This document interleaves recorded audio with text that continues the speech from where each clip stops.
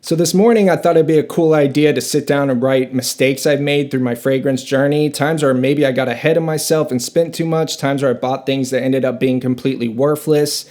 Times where I've bought into like hype and got into conversations and let other people like kind of sway me too much with their opinions. Anyways, I made a list and I'm going to share them with you guys. Keep in mind, these are very much so my personal takes. There's going to be people that completely disagree with me on all those. And I really encourage you, if you disagree, leave a comment so other people can learn from it. Because I'm not the almighty, all-knowing Captain Perfumery here. I'm just going to share my mistakes with you as if we were hanging out on the couch having a normal conversation.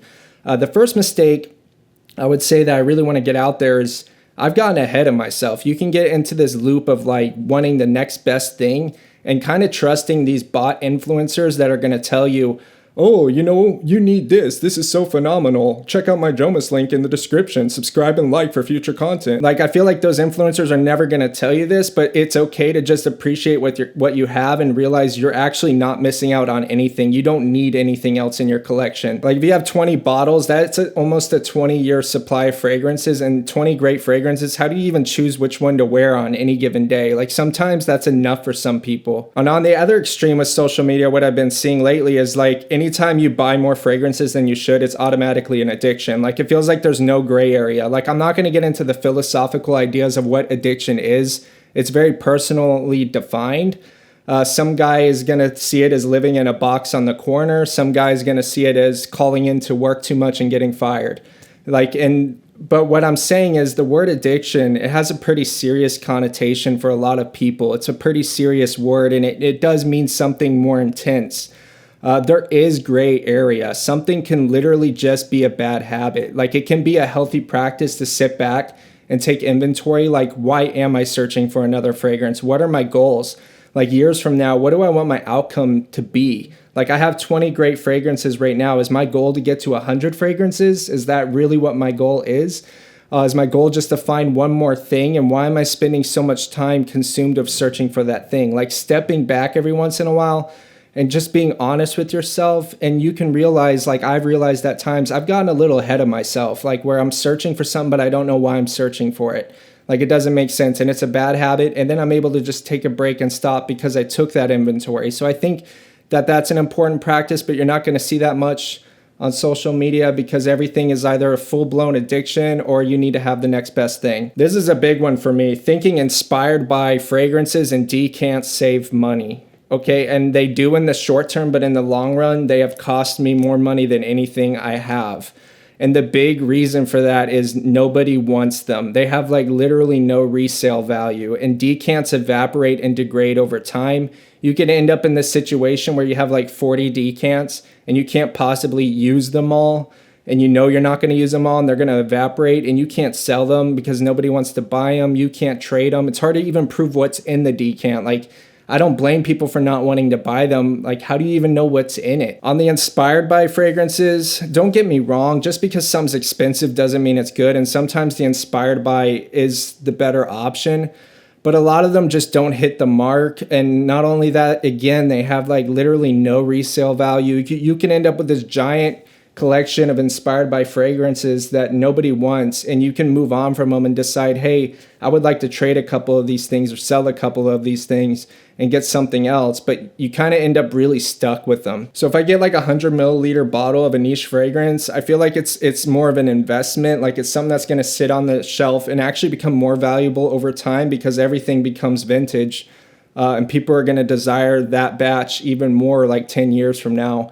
Also, having the 100 milliliters, it gives me room to really use like half the bottle and then still have half left that I could decide to sell, trade, or whatever. Like, it's something of value. I don't think people are going to value an inspired by fragrance 10 years from now as much. I also go for the 100 milliliter size over the 50 milliliter because I decant for gifts. I sample to people. I feel like if I get a 50 milliliter and I use like, there's only 20 milliliter left, it's not going to be as valuable as a 100 milliliter with 70 milliliters left. But that's just a personal decision because I see fragrance as like an investment, like a savings account almost, like something on the shelf that if I'm in a tight spot and I need a car repair, I could sell a couple of these fragrances and pay for it. It's not like throwing money down the drain, which is a sense I get more from decants and from inspired by fragrances. And also with decants, don't get me wrong, they can be good, especially in the beginning when you're just learning what it is you like and what it is you don't like. But the act of collecting decants has been a complete waste of money for me. Like, I don't need that much variety, if I'm being honest with myself. I would have rather had 5 just niche bottles than have like 30 different fragrances in decant form. This next one is art is an acquired taste. I just feel like I should have sat with fragrances more. Like, I'm learning that now. Like, there's things I really didn't like initially, but I sat with them more and now I really love them. They become my favorites. And people say like, why force yourself to like something? It's not even like that. It's just understanding that all forms of art are an acquired taste. Like, there's an acquired taste in abstract visual art and music and all kinds of things. And when you take the patience and the practice of learning to appreciate something, even if you get to a place where you're like, okay, it's not for me 100%, but I can appreciate it, it really gives you more insight into the craft. And that's the hobby for me. So now everybody's going to agree with me on this, but I'm very much so in a fragrance appreciation zone, and that's where I get the most joy out of the hobby. But initially in the beginning, I overlooked that, and I would like get a sample, spray it on my wrist. It's not for me, throw the sample out. Or go into a Neiman Marcus, smell it on the card. It's not for me, throw the card out. I've since learned that instead of getting 2 milliliters, I would probably get a 5 milliliter. And instead of just like spraying it on my wrist for a day, I'd probably give it a couple days or have something where I come back and revisit things and see how I feel about them later on. Another thing is overly trusting other people's opinions. Like, throughout the years of being into this, I've read some of the craziest opinions that really have turned me off to the idea of like trusting just because a bunch of people say it, it's true. Reddit, for example, there's a lot of title bias. Like, if you look up imagination is garbage, Reddit, you're going to find somebody saying, I think imagination's overrated in the title, and every comment's going to agree. And if you look up imagination is great, you're going to find something where the title is imagination's amazing, and every comment's going to agree. Because if you love imagination, why are you going to click on a Reddit thread about how imagination's garbage? Vice versa. So the people who are actually clicking on those titles and engaging with that content already have a bias going into it. And you should be very aware of that. There is literally an opinion for everything in this world, not just in fragrances, and literally everything.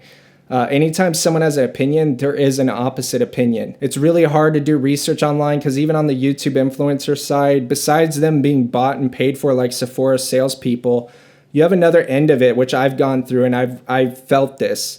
If a fragrance is really respected by the community, it's really hard to give an honest opinion about it. If your opinion is not, oh, it's the greatest thing ever. Like with Pardon, Overture Man, Beach Hut Man initially. I like Beach Hut Man now. I like Burlington 1819 now. But there's a video where initially I did not like these. Coming out and saying, I don't like Pardon. I really don't like Overture Man. It's hard because you feel like your audience isn't going to resonate with you and they're going to get upset and think, wow, we have such different tastes, and abandon your channel. Your average watch time will go down. Those videos get really high amounts of dislikes. So beyond being paid, you have to recognize that there's so much influencing influencers to create the content they make. And you need to take everything with a grain of salt that you read online, everybody's opinion with a grain of salt, and decide for yourself. Another thing is just buying things because they're a good deal. I saw a post recently where somebody paid retail for something and his friend was like shocked, but I actually think that guy might have saved money. Like, yeah, he spent $500 on a fragrance, but having to spend $500 on fragrances will make him like way more hesitant to purchase them. And it'll also prevent bargain hunting. Like, almost like this guy who gets a really good deal on a fragrance, he gets that $500 fragrance for $170, can get in this cycle where he's like, wow, he's looking for good deals. He's spending $170. It's not as big of a deal to spend that much. And they get into this, wow, you bought a $170 fragrance 10 times and you spent $1,700, or you could have just bought the $500 fragrance one time. I hope that makes sense to people, but like, bargain hunting isn't always a bargain. Like, you don't always save money that way. And you can get ahead of yourself and start buying things simply because they're a good deal, end up with the thing and be like, why did I get this? Like, why? I didn't even really want this, but I saw it really cheap, so now I have it. Now, a lot of people are going to really disagree with me on this, but searching for hidden gems has been such an expensive thing, and I don't know if it's actually been worth it. This is just experience, but most things that are worth knowing, the community has brought them up. If you even look at the House of Amouage and you look at all these people's top 10 lists, or you just look up what are your top Amouage online, it's usually the same 10. And so, you have things like Royal Tobacco, Overture Man, Interlude, Reflection, Jubilation. And whenever I spent a ton of money searching for the rest of the things in the house, it was very rare that anything really popped up that was like a hidden gem. It's like I had to sample so many things to find one hidden gem. Was it really worth the money? Like, I feel like going back, I would have just looked up the top 10 from each house, tried those, and decided which ones I like or don't like, rather than trying to try all 50 from the house. Like, I feel like in all these years, I've only found maybe 5 or 6 hidden gems. I wrote down some of them.